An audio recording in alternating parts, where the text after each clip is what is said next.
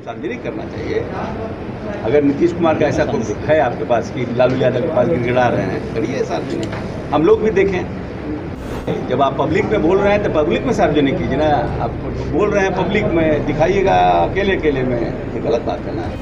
कि ये सर्वे होने के बाद जमीन के विवाद 80% बिहार में ख़त्म हो जाए कि लॉ एंड ऑर्डर को लेकर के जो घटनाएं हो रही है उसमें ज़्यादातर घटनाएं ज़मीन से संबंधित है। और ज़मीन में अगर सर्वे हम प्रॉपर करवा लेंगे तो ये ज़मीन की समस्या भविष्य में आने वाले समय के लिए ख़त्म हो जाएगी। कि अगर लोगों को किसी भी कर्मचारी, राजस्व कर्मचारी, सीईओ के द्वारा पैसा मांगा जा रहा है या कोई शिकायत है तो वो विजिलेंस में इसकी शिकायत करें। हम लोग वैसे लोगों को ट्रैप करेंगे और भीतर बंद करेंगे। तेजस्वी यादव ने कहा है कि नीतीश कुमार के गिराते हुए वाला वीडियो उनके पास है, वो उसे सार्वजनिक करना चाहिए। झूठ बोलने से अच्छा है कि उसको सार्वजनिक करें। उन्होंने कहा कि जेडीयू बीजेपी के जितने नेता हैं वो हमारे यहाँ आए, हम उनको दिखाएंगे। उनका है, जब आप पब्लिक में बोल रहे हैं तो पब्लिक में सार्वजनिक कीजिए ना। आप बोल रहे हैं पब्लिक में, दिखाइएगा अकेले अकेले में, ये गलत बात है ना। आपको सार्वजनिक करना चाहिए। अगर नीतीश कुमार का ऐसा कुछ है आपके पास कि लालू यादव के पास गिड़गिड़ा रहे हैं, करिए सार्वजनिक, हम लोग भी देखें। आपको लगता है कि तेजस्वी जो कह रहे हैं कि 2 बार उन्होंने नीतीश कुमार को जीवन दान दिया, उनकी कृपा रही, तब नीतीश कुमार की सरकार बनी 2 बार?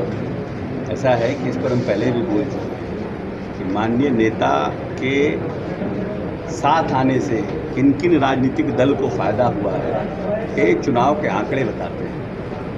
हाथ कंगन को आरसी क्या, परहेज के वो फारसी क्या, आंकड़ा देखिए।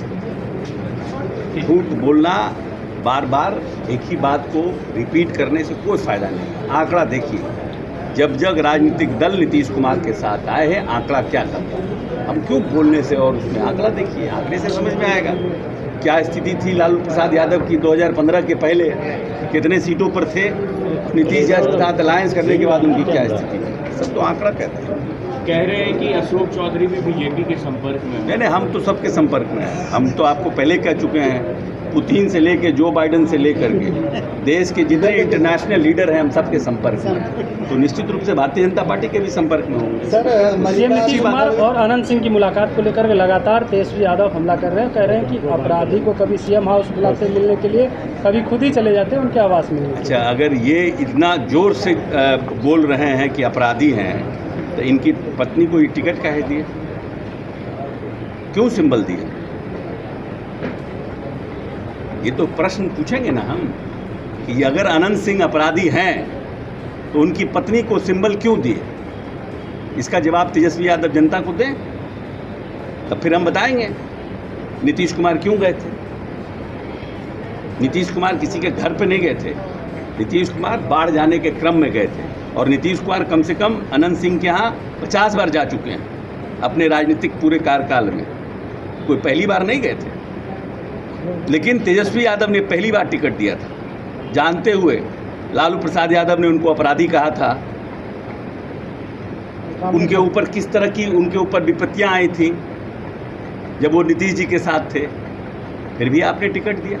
दोषी कौन, नीतीश कि लालू? जनता को सोचना। परेशानी को कम करने का सरकार की नीयत है और सरकार का ये प्रयास है कि बहुत से लोगों का परिवार में बंटवारा हुआ, दादाजी के समय बंटवारा हुआ, कुछ भाई ने ज़मीन बेच दिया, कुछ लोगों ने ज़मीन अपने पास होल्ड किया। मैं समझता हूं कि अगर ये प्रॉपर सर्वे अगर हो जाएगा तो बहुत से ज़मीन के लिए जो विवाद है, माननीय नेता नीतीश कुमार की ये सोच है कि लॉ एंड ऑर्डर को लेकर के जो घटनाएं हो रही है उसमें ज़्यादातर घटनाएं ज़मीन से संबंधित है। और ज़मीन में अगर सर्वे हम प्रॉपर करवा लेंगे तो ये ज़मीन की समस्या भविष्य में आने वाले समय के लिए ख़त्म हो जाएगी। उस नीयत से ये सर्वे कराया जा रहा है। लेकिन कहीं कहीं सुनने में आता है, हम लोग भी नीचे से खबर आती है कि सर्वे में, तो उन सब चीज़ों को रेक्टिफाई करने के लिए सरकार भी अपनी तरह से पॉलिसी बना रही है। और हम समझते हैं कि इस सर्वे के बाद बहुत सी जो समस्याएं ज़मीन से रिलेटेड है उसका खामियाजा हो जाएगा, उसको पूरी तरह से हम लोग ख़त्म करने में सक्षम हो पाए। लेकिन सर, ब्लॉक में लोग जाते हैं, जमीन से पैसे की डिमांड की जाती है। हैं? ब्लॉक में लोग जाते हैं, जमीन के काम पैसे की डिमांड की जाती है। नहीं, देखिए, ऐसा है कि ये कोई स्पेसिफिक है जिनसे पैसा मांगा जाता है, ये एक जनरल टर्म है कि पैसा मांगा जा रहा है। अगर स्पेसिफिक हम पूरे शिद्दत से कह रहे हैं कि अगर लोगों को किसी भी कर्मचारी, राजस्व कर्मचारी, सीईओ के द्वारा पैसा मांगा जा रहा है या कोई शिकायत है तो वो विजिलेंस में इसकी शिकायत करें। हम लोग ऐसे लोगों को ट्रैप करेंगे और भीतर बंद करेंगे, क्योंकि हम तो देश प्रदेश की जनता के हित में ये पॉलिसी लाए हैं और उसका कोई नाजायज़ फ़ायदा उठा रहा है और अपने लोगों को, प्रदेश की जनता को तंग तबाह कर रहा है, ब्लैकमेल कर रहा है, वैसे लोगों को दंडित करेंगे। ये हमारे माननीय मंत्री जी ने भी कहा है, उन्होंने फ़ोन नंबर जारी किया है, राजस्व मंत्री ने ख़त्म करने के लिए कह रहे हैं। जो भू माफिया लोग हैं, जो जिसकी ज़मीन, उसका खातियान, उसका पर्चा, उसका ये, वो इस तरह का दुष्प्रचार कर रहे हैं, जिसके ये सर्वे होने के बाद ज़मीन के विवाद 80% बिहार में ख़त्म हो जाए। सर, झारखंड में जदयू का कितना सीट शेयरिंग रहेगा? प्रेस कॉन्फ्रेंस करके बताएंगे जल्दी।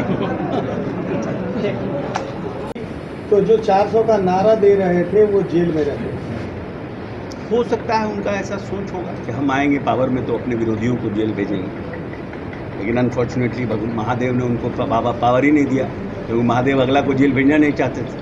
सर, बंगाल में कल मीटिंग बुलाई गई थी सरकार और डॉक्टरों के बीच सुलह सलाह को लेकर, लेकिन कोई भी डॉक्टर नहीं पहुंचे और ममता बनर्जी ने कहा है कि अगर बंगाल की आवाम चाहेगी तो वो जो है इस्तीफा दे देगी। वो उन्होंने अपनी संवेदना व्यक्त की कि हम बातचीत करने के लिए सरकार तैयार है और हमको लगता है कि ऐसी परिस्थिति में सरकार के साथ बातचीत में जाना चाहिए और अपनी स्थिति और अपनी बात को रखना चाहिए, जिससे सरकार की क्या नीयत है ये भी साफ होती है और डॉक्टर क्या चाहते हैं ये भी साफ होती है। ऐसे तो डेडलॉक हो जाएगा ना। हमको लगता है डॉक्टरों को जाना चाहिए था, देश की मुख्यमंत्री ने बुलाया था और उसमें जाना चाहिए था, अपनी बात रखनी चाहिए थी, जो डिमांड्स थे वो रखने चाहिए थे, जिससे सरकार उसको पूरा कर सकती, नहीं कर सकती ये। लेकिन ये कि हम नहीं जाएंगे, कल कोई ऐसी बात हो जाए किसी राज्य में और एक तरफ कहे कि हम डेडलॉक की स्थिति पर है, तो सरकार के लिए तो मुश्किल।